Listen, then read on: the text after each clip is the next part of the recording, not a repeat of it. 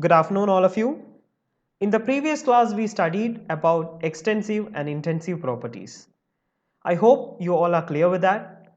So, we are moving on to our next topic in thermodynamics, which is the heat capacity. So, from the name, you are understanding that it's a capacity. So, heat capacity is a property or it's an ability of a substance to get heated up. So, it's an ability of a substance to get heated up. And how will we measure the heating up of a substance usually?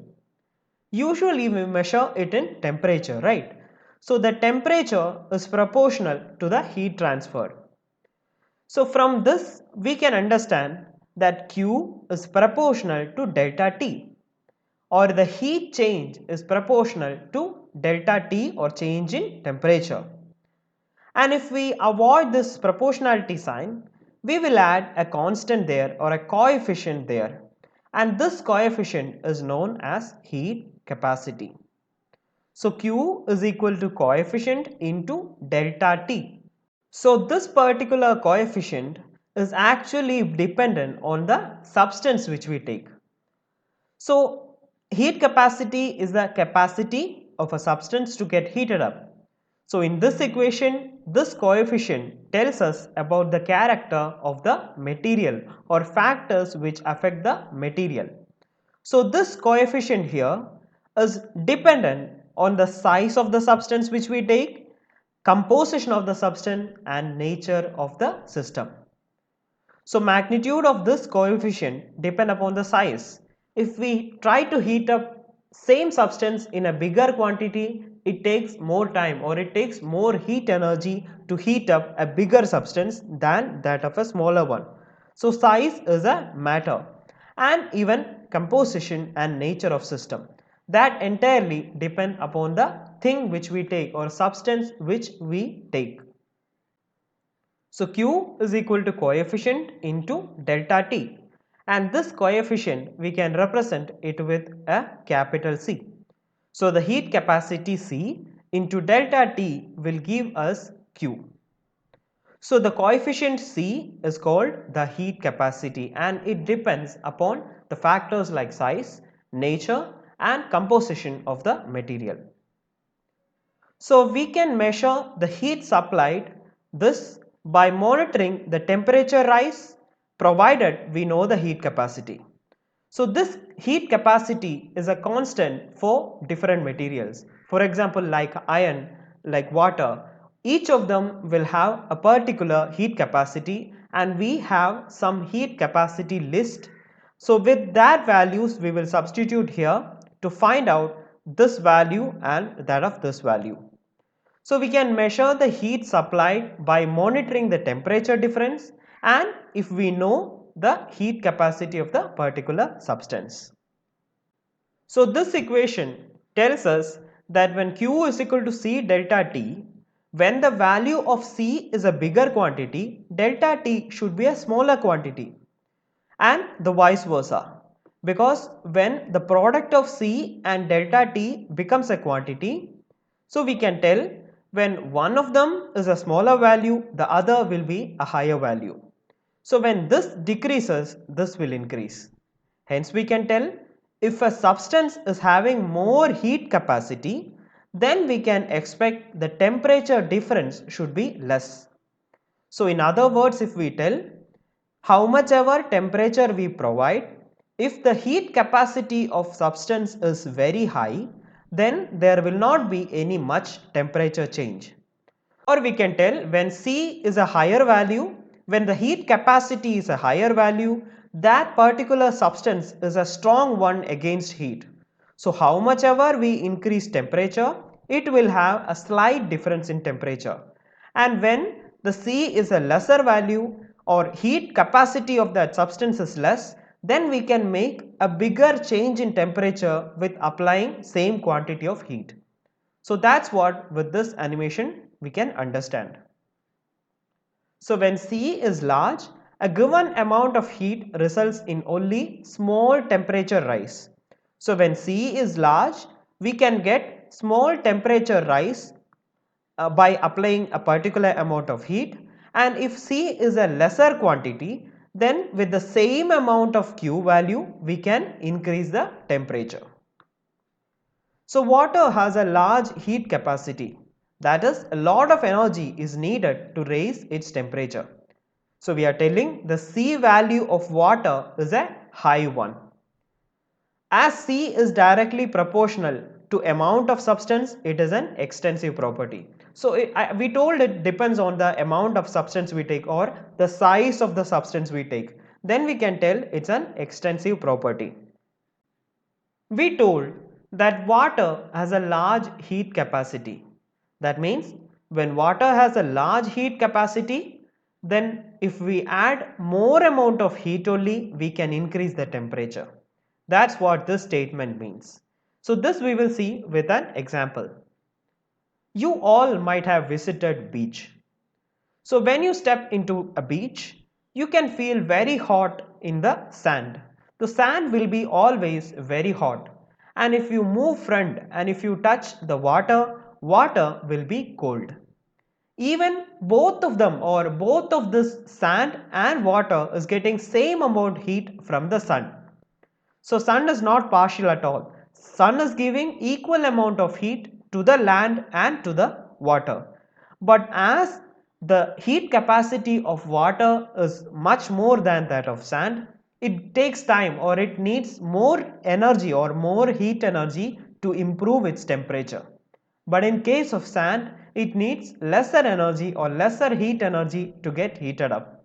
So this is the reason why sand is always hot and the water is cold in a beach.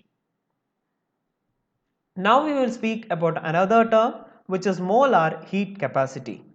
So molar quantities we have discussed yesterday. It tells about 1 mole of substance. Whatever the property is, it tells about the 1 mole of substance. So we will see what is molar heat capacity. So the quantity of heat needed to raise the temperature of 1 mole of a substance to 1 degree Celsius is known as molar heat capacity. So the quantity of heat needed to raise the temperature of 1 mole of substance by 1 degree Celsius or 1 Kelvin is known as molar heat capacity. And how can we calculate it? It can be calculated. It is represented by Cm, which tells it is molar. So capacity in a molar quantity. So it can be calculated by heat capacity of that particular substance divided by number of moles of the substance. This we have seen yesterday also. So molar heat capacity is equal to the capacity of that particular material divided by number of moles. And one more term which we have, which is specific heat or specific heat capacity. It is very similar to that of molar heat. So specific heat, which is also called as specific heat capacity, is a quantity of heat required to raise the temperature of 1 unit mass of a substance. So this means a particular unit which we consider. For example, 1 gram. So it is a heat quantity which we require to raise the temperature of 1 unit mass of any substance to 1 degree Celsius. The only difference between specific heat capacity and that of molar heat capacity is that in molar capacity we see of 1 mole, and in specific heat we consider 1 unit mass. So mass is the amount which we take here. So 1 unit mass of substance if we take, and if we want to increase the temperature of that particular substance by 1 degree Celsius, the quantity of heat required for that purpose is known as the specific heat capacity of that particular substance. So for finding out the heat required to raise temperature of a sample, we have an equation for this. So Q is equal to C into M into delta T, where we are finding the amount of heat required to raise the temperature of a particular sample which we have. So we are considering a sample, for example, like 1 gram of iron rod we have taken, and we need to find out how much is the temperature or how much is the heat energy required to raise the temperature of that particular iron rod. So for that we need the heat capacity of that iron rod, and the mass. So mass of the iron rod and the desired temperature difference. So this if you give, we can find out the heat required to make this temperature difference. So the temperature difference is equal to the heat capacity into mass into temperature difference, which is the desired one. If you see this equation closely, specific heat into mass into delta T, and we are comparing this equation with the previous one, which is Q is equal to C into delta T. In both the equations you can see delta T as common, and the rest remaining is C here and C into M here. Hence we can tell the specific heat into mass is equal to the heat capacity. So comparing these two equations, we can understand that specific heat into mass is equal to that of heat capacity. And we can write this equation only as C delta T. This equation only we wrote it as C delta T. And now what we are going to do is, we are going to rewrite this equation with constant volume and constant pressure. So heat capacity at constant volume and heat capacity at constant pressure.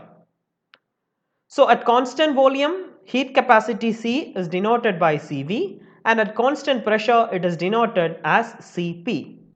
And now we will write the equation for Q representing Cp and Cv in that. So Q is equal to C delta T. At constant volume, Qv, or at constant volume the heat change will be equal to Cv delta T, and at constant pressure Qp is equal to Cp delta T. Now we are going to refer our two previous equations, which was delta H is equal to Qp and delta U is equal to Qv. So these two equations we have done in the earlier classes. If you have any doubts about this, please ask it. So delta H was equal to Qp and delta U was equal to Qv for a system. And this value, if we substitute here, we can write Qv is equal to delta V and Qp is equal to delta H.